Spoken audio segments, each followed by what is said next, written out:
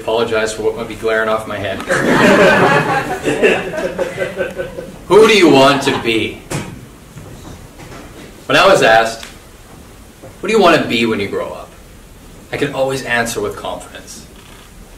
I wanted to be a rock star.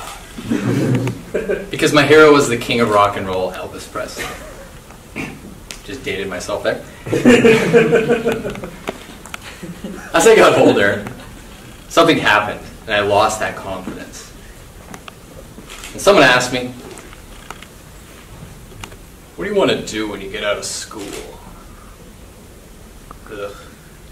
Can you hear the silence? You guys like that question too?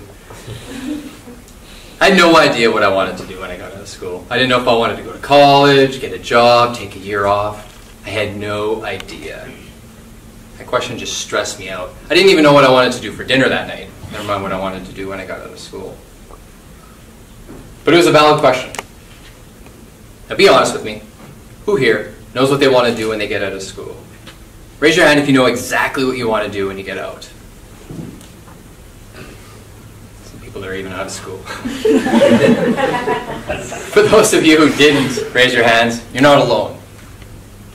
A recent study of 100,000 Canadian high school students showed that 73% of them worried about their futures. But it ain't just the students that are worrying. You want to know why it's so hard to answer that question?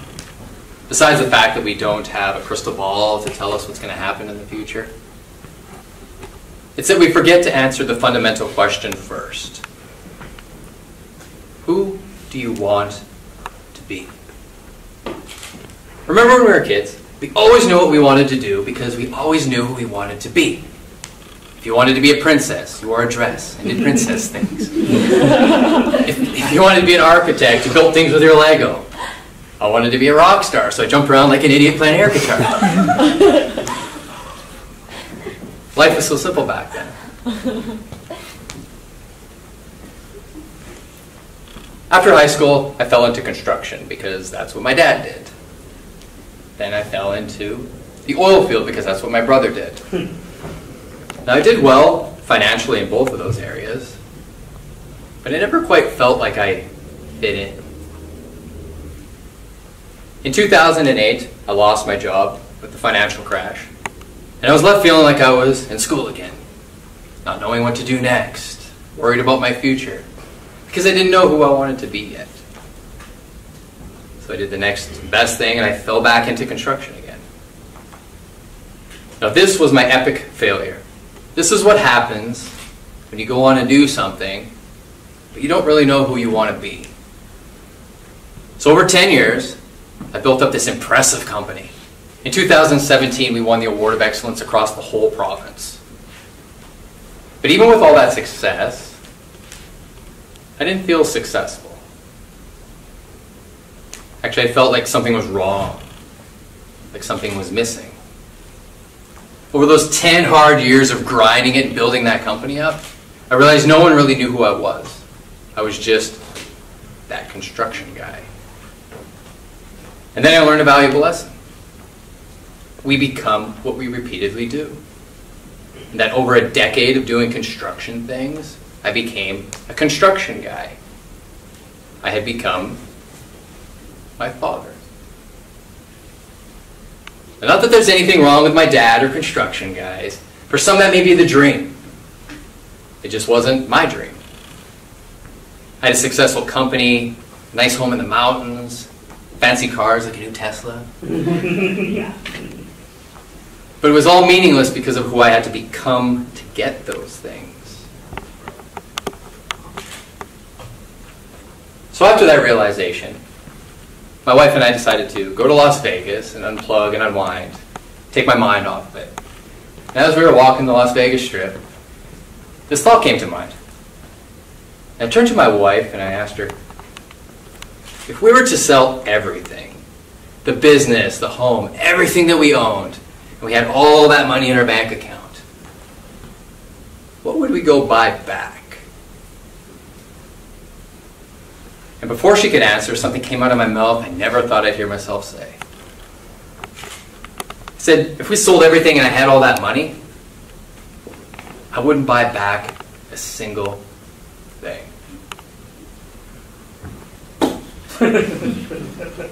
I stopped dead in my tracks in the middle of the busy Las Vegas Strip and I asked myself, then why am I doing all this?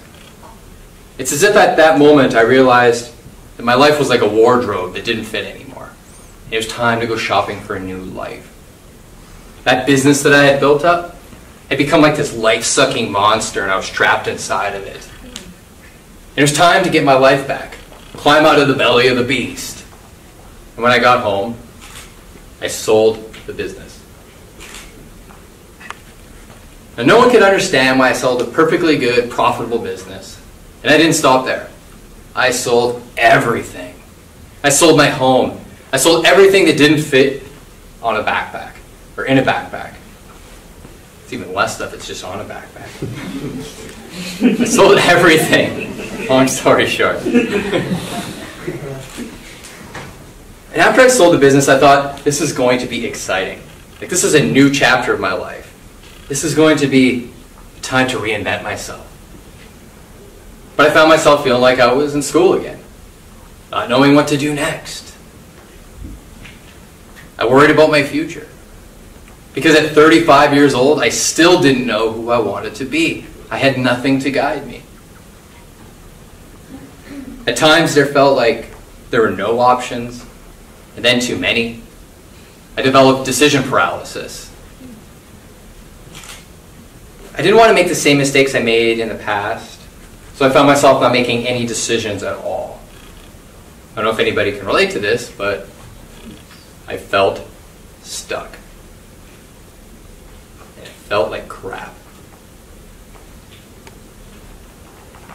But one day, I decided to poke my head out of the hole I've been digging for myself, and I thought to myself, back to a time when I knew what I wanted to do. When I was a kid, I always knew what I wanted to do. And I realized the reason I always knew what I wanted to do is because all I did was mimic my heroes. And then I realized that a hero is just merely somebody that embodies things that we value. There's just something about them that we value. And that who we want to be is merely just somebody that embodies our values, somebody that lives in line with our values. It's not that complicated. I mean, it's complicated, but it's not that complicated. Now it gets a little more complicating as you get older, because when you're a kid, one hero could probably do the trick. You don't value a lot when you're a kid. Like, one hero can kind of fit everything in there. But as you get older, you have more things that you value, so you need more people. So as adults, as you get older, you have to get creative. So this is what I did. I decided to build my own hero. Now, nothing creepy out of like mannequin doll parts or anything like that. I just decided to build my own hero, an avatar of who I wanted to be, so that I could use that as a way to weigh my decisions. So that I could say, if I did this, remember, we become what we repeatedly do. If I do this, will I become this? And the first thing I did was I identified 5 key areas of my life that meant the most to me. And I created this cute little acronym to remind myself of it called Hi Sam. The H was for health, the I was for impact, the S was for strength, the M, skip a letter there, the A was for attitude, and the M was for mind. Hopefully my avatar can spell better too. Anyway, I grabbed all these areas that were important to me and identified my heroes in each areas. And then I looked at all the heroes that I had picked, and I got a little bit deeper, and I decided, what was it about them that made me choose them? Like, what attributes or characteristics? Like, what was it about them that I admired? And I wrote all that down. And I used that to construct my avatar. Now this is how I kind of put this to work, just an easy example. So for health, I chose my hero, the actor Brad Pitt. Because of his physique and how good he looks for his age. I mean, come on, like, the guy's amazing. Boy crush. But I chose Brad Pitt, and I would use it to weigh out decisions like watching Netflix or going to the gym. And I thought to myself, what would Brad do? Or what would Brad Pitt say if he was sitting there and I decided to watch Netflix instead of going to the gym? I mean, that's an obvious one. And not every time did I go to the gym and not watch Netflix. But I did find, by knowing who I wanted to be and having that vision, it helped me make better decisions. Without really knowing it, I started to go to the gym 5 days a week, started tracking my calories, started eating better, lost weight. I'm healthier than I've ever been. And it wasn't really planned, it was just I finally knew what it is I wanted to be. And this helped in other areas of life as well. I noticed that my heroes happened to be authors. They just had books. And without even knowing it, after I sold my business, I started traveling the world writing a book. I don't know how to write a book, but I wrote it anyways. I was writing a book and I published a book on the power of knowing who you want to be. What was kind of crazy is because I was just like a byproduct of knowing who we wanted to be. I never had being an author on my radar. It just kind of happened. So many good things. Some of my heroes did TED Talks. Oh, there it is. It's just these things just kind of started happening. The byproducts of knowing who you want to be just made things a lot easier. Another challenge I had was who to have in my people circle. The people I spent time with, people I've been in relationships with. I never really knew how to decide who I should be keeping and who I should be getting rid of. And this scared the crap out of me. Jim Rohn famously said that we are the average of the 5 people we spend the most time with. So essentially, who you spend time with can dictate who you become. So now I spend time with people that help me become my avatar, or people that my avatar would hang out with. Another area that this helped me in was like professions, jobs. I choose jobs and professions that help me become my avatar, or that my avatar would choose. Like for example, say you want to be a lawyer because it pays well and the parents will be like, yeah, this is awesome, this is great. Think about who you're going to become. Like think about who a lawyer is, that person. And if that lines up with who you want to be, great, go for it. But if not so much, you may want to think about what you're about to do, if you're going to follow that path or not. So you don't end up like me, bald. That doesn't happen. But somebody that's like 35 years old after doing all that, realizing that he's got to start over. So if you have to make any big decisions, first ask yourself, who do you want to be? Then decide what you must do. If you don't know who you want to be, build an avatar. If you don't want to do that, then do what your heroes would do. And to prove that this isn't like new information, the old Greek philosopher Epictetus said, first say to yourself what you would be, and do what you have to do. Don't just react to your environment.